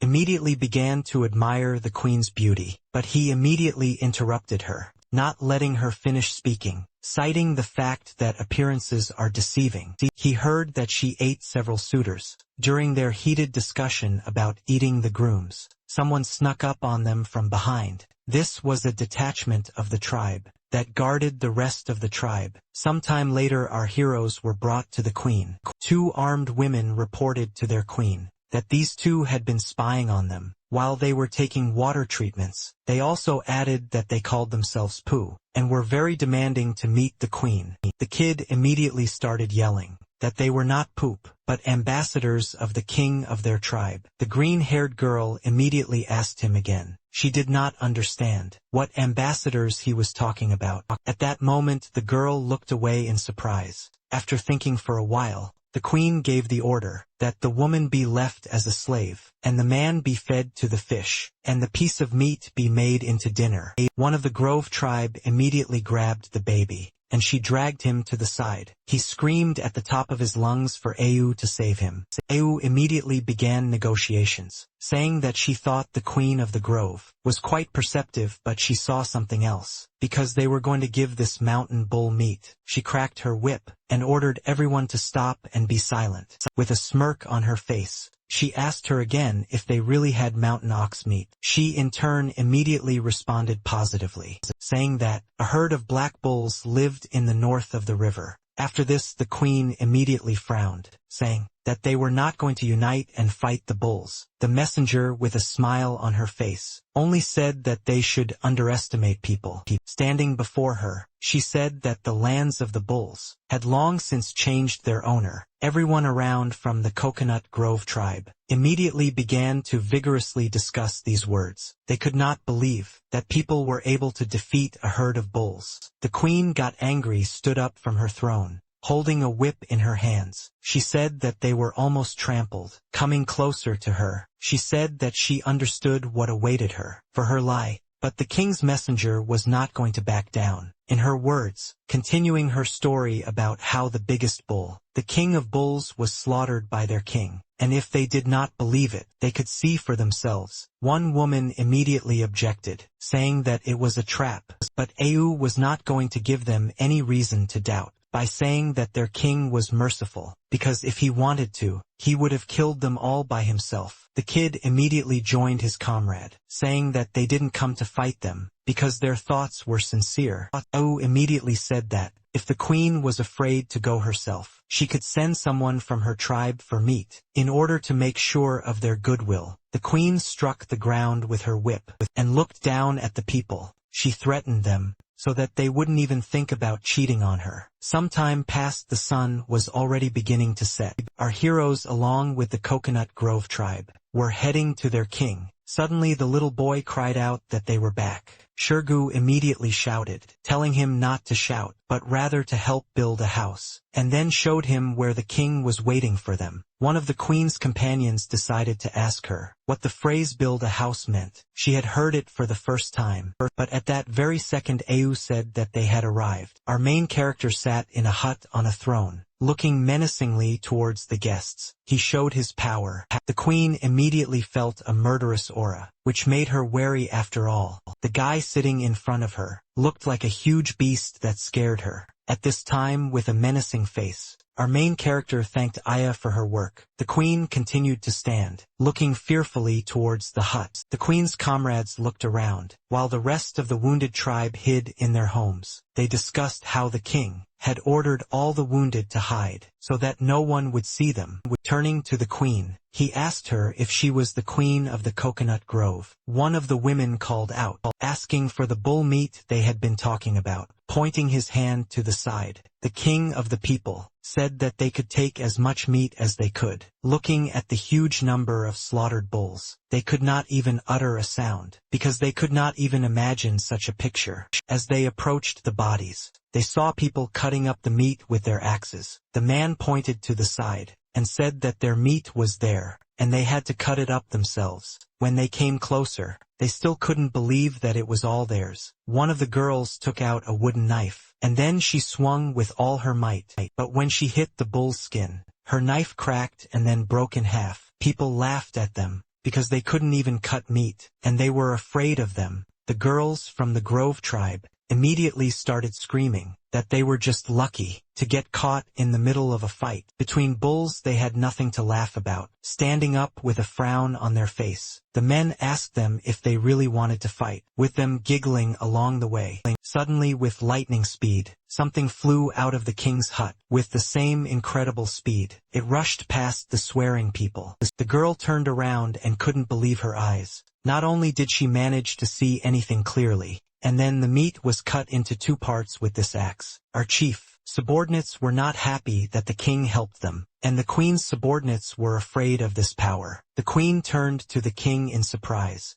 asking him what kind of weapon this was, since their weapons couldn't even scratch the skin. The main character immediately gave the order that, using his axe, they would help cut up the meat. The girls were not entirely happy with these actions, because their girls were taller than the men, and the men had never helped them. Looking at the king, one of the men turned to the king, saying that they were the first to provoke them, and why on earth did they do it? But before he could finish speaking, the king cried out that he was following his orders. With a dissatisfied face, the pumped-up man began cutting up the meat. Sitting on his throne, he repeated that he had given them permission to take as much meat as they could carry. Looking at the queen with the same stern face, he added that their orders were absolute. She asked him in a trembling voice how they were able to overcome the herd of bulls. He in turn replied that they would be able to find out all this, but it only depended on the further development of their relationship. And after some time he added that that was all. He ordered them to take the meat and leave. The woman standing in front of him thought that he was an indifferent pig. At this time our main character was thinking that, if it weren't for the bandage made of bullskin, the slaves would have started bleeding long ago. Red liquid flowed across his throne. It was blood. The wounds began to bleed again, due to the strain of the body. At this time Au distracted the queen as best she could, saying that they would give them extra stone axes. She also added that their king's weapon was much more powerful, but for cutting meat these axes would do. But when leaving, the green-haired one said that they refused. This weapon was not suitable for their grace. Stopping and turning towards the king, she added that they also had powerful weapons, but they did not display them, and having already moved away sufficiently, she said that she hoped that she would not have to use this weapon on his tribe. Approaching her subordinates, she told them to take everything that belonged to them, because they were leaving right now. Seeing them off, said that if the meat ran out, they could come and take more. But the main thing was that they didn't delay with it, because they were going to share it with other tribes. She waved to the receding flame, saying that she was waiting for their return. Having moved a sufficient distance, they stopped the queen, asked her women if they had been able to check everything. Suddenly shadows appeared in front of her. One of the girls reported that they had discovered buildings. They are called houses. Grunting sounds were also heard from these houses. The green-haired girl was in her own thoughts. She couldn't understand how they could give such a good house to pigs. The girl reporting also added that the tribe was able to master the divine power of fire. The queen could not believe these words, because it was a divine power. But the girl added that she saw with her own eyes how they got fire out of nowhere, and then roasted beef on it. After she said something unintelligible, the queen asked her again, telling her to speak louder. She reported that there were 10 people in the tribe. The rest were several children and one old man. The queen, with a sullen face, asked why they had not carried out a full search. The subordinate explained her actions by the fact that houses in the area had been cut down, and they would not have been able to hide. She raised her head and began to walk, breathing heavily. Suddenly, she stopped, reaching her hand to her waist, and then with a quick movement of her hand, she took out the whip and straightened it out. She dealt powerful blows to her subordinates, causing several injuries. She said that if they dared to make excuses again, they would not get off with simple lashes. They bowed and thanked her for not expelling them from the tribe. At this time heavy sighs were heard in the king's hut. Exhaling heavily, he looked at his body. Au was worried about her king's wounds, but he told her that everything was already normal. He thought that the skin had high regeneration. It would surely be able to gradually heal his wounds. The girl was glad that her great king was okay. A system notification appeared above the girl's head, which wrote that the girl had eloquence. The main character thought that this was a rather rare talent. Oh, embarrassed, asked our hero that he loved her more than the queen of the coconut grove. And the king blushed, and then he ordered her to tell everyone who was hiding to come out and then return to him, so that she could help him heal his wounds. Coming closer to her, he also added that she should remove his blood from the throne, and also forbade everyone except her to approach him. With a smile on her face, she turned to the king, who asked her why she was doing this. Afterwards, the girl added that her king is a real handsome man. This made our main character's face turn even redder, and he even turned away suddenly. A boy came running and turned to his master. He began to praise his king, saying that these people had indeed stationed people around the camp. Our hero asked him how his assignment was. The boy proudly said that he had done everything in the best possible way. Everything that they should have seen. They saw what they shouldn't have seen. Naturally they didn't. He answered the king. He exhaled heavily again, and a drop of sweat ran down his face. He praised the little boy, saying that he had done everything at the highest level. Running away happily, he shouted that he had run to help Shirgu build houses. Oh, looking at the working tribe, asked our main character if the coconut grove would really want to join them, to which he replied that it was still too early. The plan was only half complete. When they come to them next time, they will begin the second part of the plan. Lying on his bed, our hero looked at the system window. Looking at the task, he thought that there were 11 days left, and this time would not be enough for him to recover, after which he ordered the system to open the warehouse. Suddenly, he noticed that his battle axe had turned into a pangu. Axe looking at it, he couldn't believe that his axe had turned into an artifact. He also couldn't understand why he hadn't noticed it. When he gave it to Lu Tang, after commanding it to appear, it began to reproduce in his hand. The system described the axe as a legendary weapon. The characteristics stated that the weapon had a bloody sacrifice. The hero thought that the random blood that he spilled on the axe activated that powerful skill, and judging by the description, using this skill is not that easy, which meant that our hero would have more than just a scar on his hand. As he continued to think, he began to go to extremes and then exhaled. As he held the axe up, he said out loud that he never expected his normal weapon to evolve. He also wondered if other weapons could have the same properties and abilities as his axe. Putting the axe down next to him, he also thought that in any case, the activation conditions are not regular. Everything depends on fate. And looking further into the system, He wondered what else he had in stock. There was a healing potion there, but unfortunately it only lasted for one use. He thought that he would kill everyone who did not obey him. He also reflected that the meat that the girls had taken for 30 people would be enough for about 2 days. Therefore, within a few days, they must return back to them. Time was limited, so Shong would have to work hard. The king ordered Lu Tang to call Shong, because he had a secret mission for him. He immediately replied that he had completed everything in the shortest possible time. After some time, both boys approached the king's hut. The boy shouted louder and louder about how wonderful his king was. Approaching the entrance of the hut, he knelt down saying that he had arrived. The king asked if he remembered the herd of black bulls that they had driven away. He replied that he remembered, after which, the king said that he had 2 days to find them and report to him. This was a very important task. While running away, he shouted for the king to rely on him. Our main character, smiling, thought about how during these days, everyone had made a great contribution to their development. He also began to think that during these 2 days, he could prepare gifts for everyone for the work they had done. At this time, Xian was looking for bulls, checking every corner of what seemed like the entire world. The king spent these 2 days preparing gifts. Looking at the system, she notified him that there were only 9 days left until the end of the quest. Having placed some objects nearby, he said that that was enough for today. He produced a stone arrowhead, for which he received +1 point to the technology. He also produced a bone whistle and a drinking horn, for which he also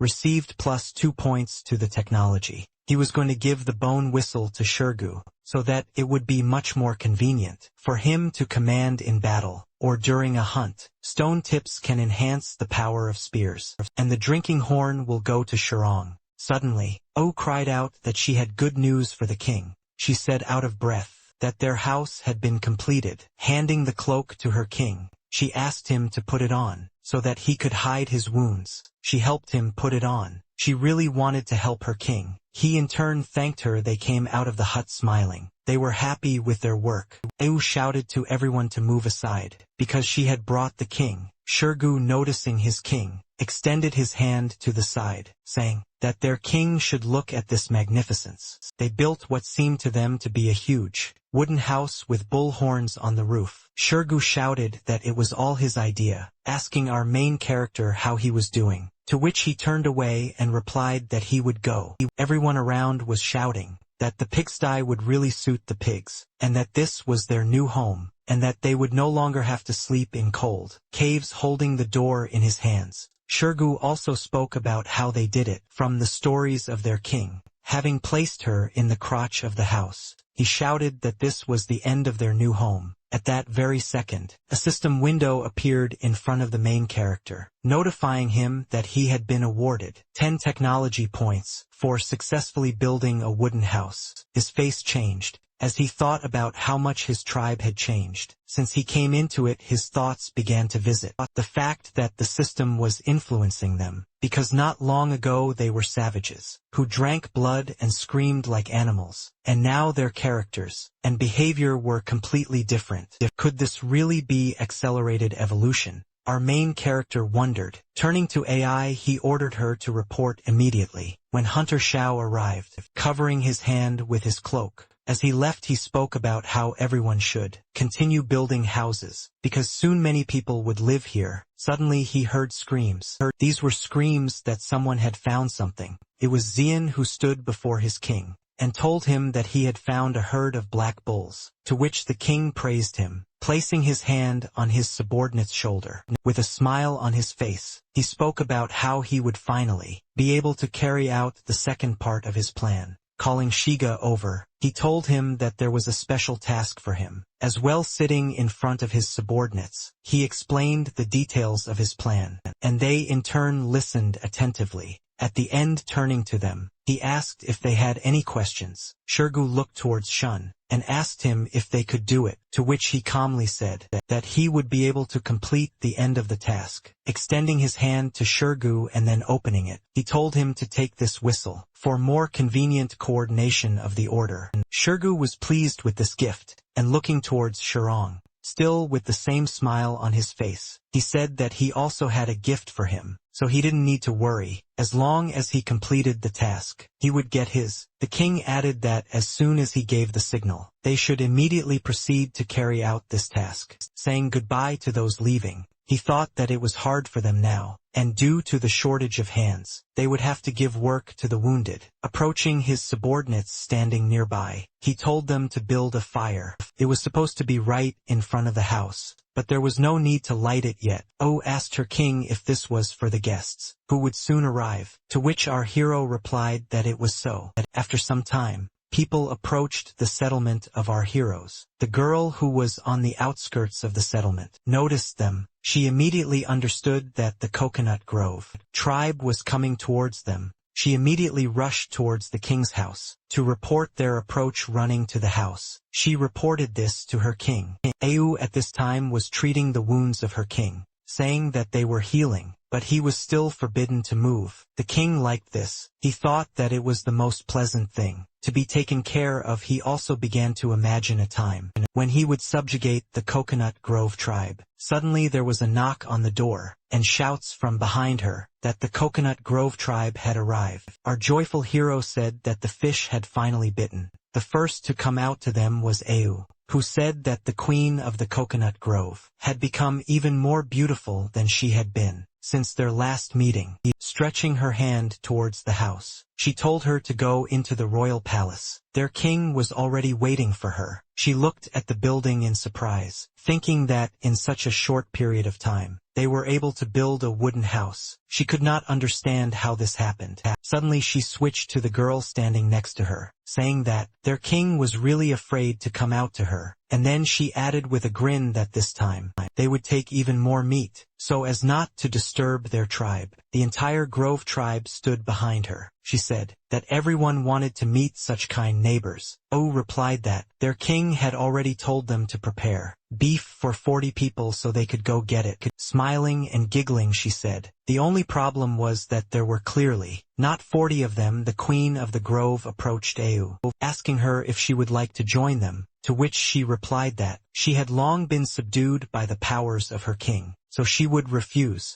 After a short verbal altercation between the girls, O finished and said that the king's order was that whatever they could not carry with them, they were to eat on the spot. If they had a hard time cutting up the meat, their warriors could do it for them. Turning away, she said that they would do everything themselves. Suddenly a powerful voice interrupted them, and from the house it was said that she could come in. As the door slowly opened, a slight creak could be heard, and there was a sense of excitement in the air. She began to walk slowly into the building. As she entered, she saw the king sitting and greeting the queen of the Coconut Grove. She shook her head in embarrassment, saying that she was very grateful to him. She also added that the royal palace looks normal. At this time our main character realized that she liked the construction technology. It interested her. With a grin on his face, he answered her that this was just a temporary palace. The real one was still under construction. All the residents would be settled there. She, taking hold of his waist, asked if he would really allow all people to live there, to which the man replied that this was all temporary, and that later everyone would live in stone houses. The girl immediately wrapped her weapon around her, pointing it towards the king. He understood that with such a body, he would not have time to react. The queen enveloped him in her weapons. Standing right in front of him, she placed her foot on him. Our king could not believe that she was going to kill him. She ordered him to shut up, arching her back and smiling. Holding the knife to her face, she said that no one knows men better than her. She has ways to make them do it. Our king began to understand what was being said. He began to blush. She, also blushing, asked the king how he could understand that she had grabbed him. He thought about how to remain calm, because it was very exciting. Immediately switching to a serious face, the king asked her if she really thought he had not played it safe. At this time he was thinking that there was no plan. He was finished, because with such a body in a one-on-one fight, he had no chance. Suddenly, the door opened and Au said that everything was ready. The banquet could begin. An awkward picture appeared before her, and all participants were shocked by it. The queen of the grove immediately unwrapped the king. Our main character laughing, said that they had already finished their conversation, and that they could all go and eat together. He asked his subordinate if they had made a fire, to which she replied that everything had already been done long ago. The queen was lost in her thoughts because in her tribe all the guys were weaklings, but this man was not so weak. When they left the house, they saw a big fire and a friendly atmosphere. All around her fellow tribeswomen began to shout for their queen to come to them quickly, because the meat would soon get cold. Our main character at this time was handing the salt to Au, so that she would share a little bit with the coconut grove. She immediately told them how to use it, and explained what it was for. The queen of the grove began to appear, to which the girl said that if she didn't want to, she didn't have to take it. All around, everyone who sprinkled salt on the meat was screaming. They couldn't believe that the taste had changed so much. Standing and watching all this,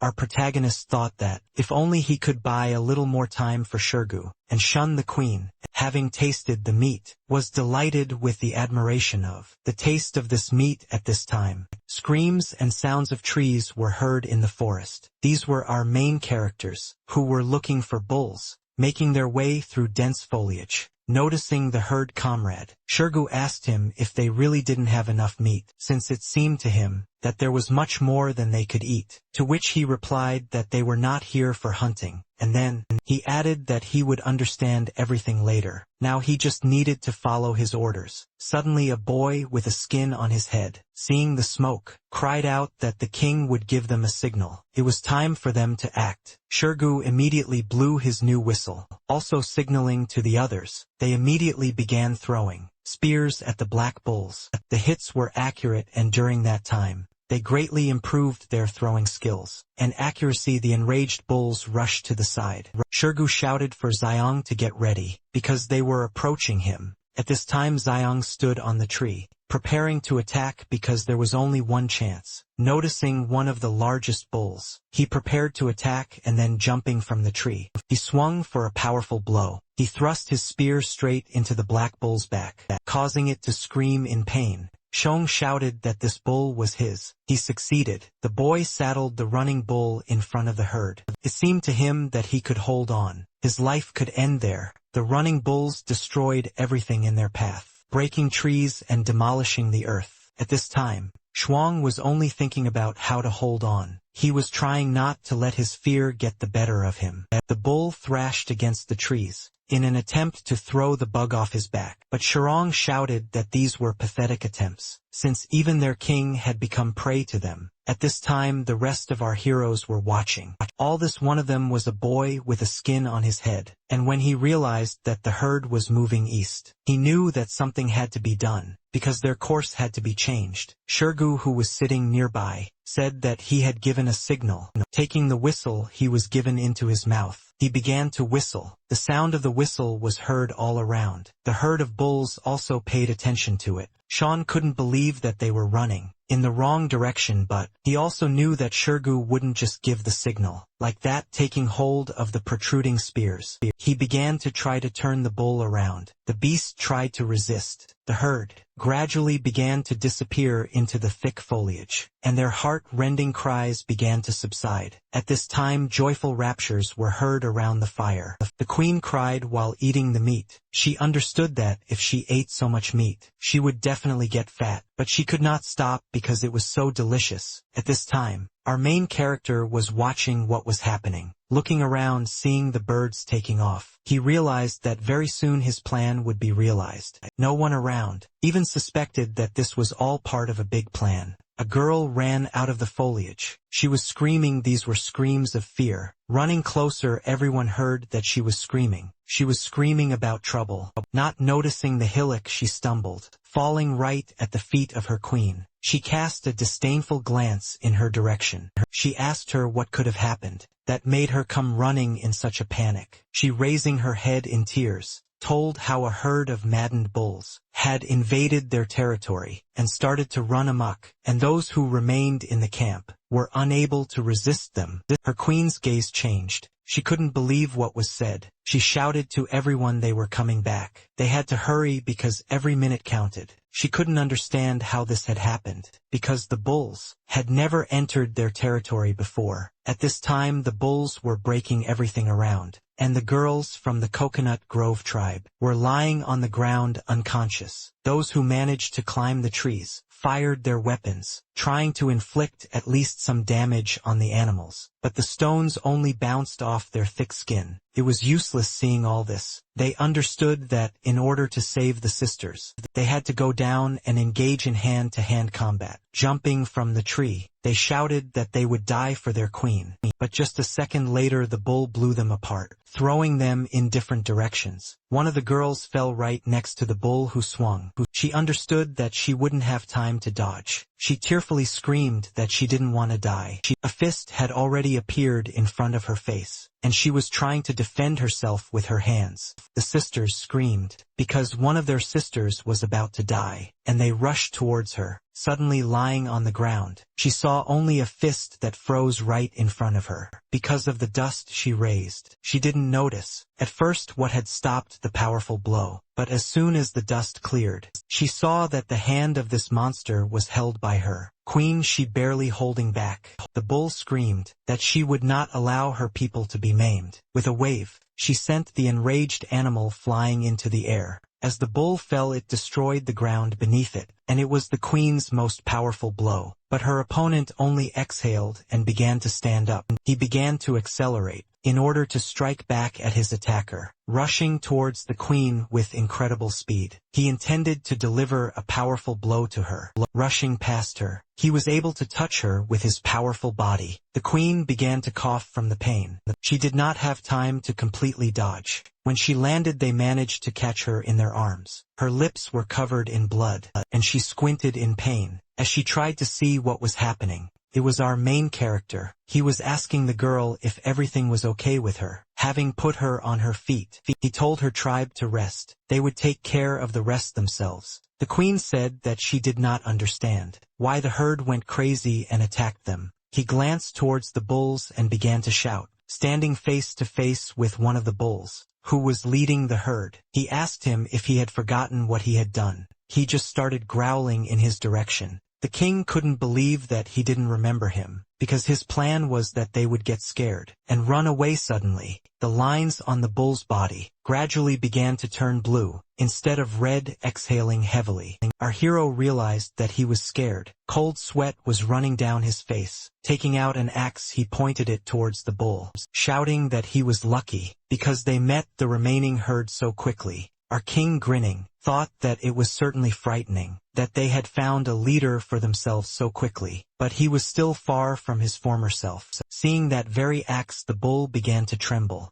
and the hair on his body began to stand on end. Our protagonist continued to shout towards the bulls. He said that he had long wanted to finish off the remaining tribe, and they, in turn, froze in one place and listened to his every word. The rest of our main hero's fellow tribesmen were not going to stand aside. They rushed into battle. They lit torches. They were intent on demonstrating their superiority over the Coconut Grove tribe. Shirgu grabbed one of the bulls and shouted to Xiongnu. He let go of him abruptly and folded his arms, while the boy jumped towards Shirgu, stepping on the hands of his big friend. He pushed off, soaring into the air. He found himself directly above the frightened animal, and landing right on his head. Shun grabbed him by the horns. The bull squealed, looking at all this. The king saw that his son's ability was horse riding. The boy mounted the new king of the bulls, causing him to squirm from one side to the other. At this time the king told the queen to leave, but she refused after all. The herd had not yet been driven away, so she had to enter the battle.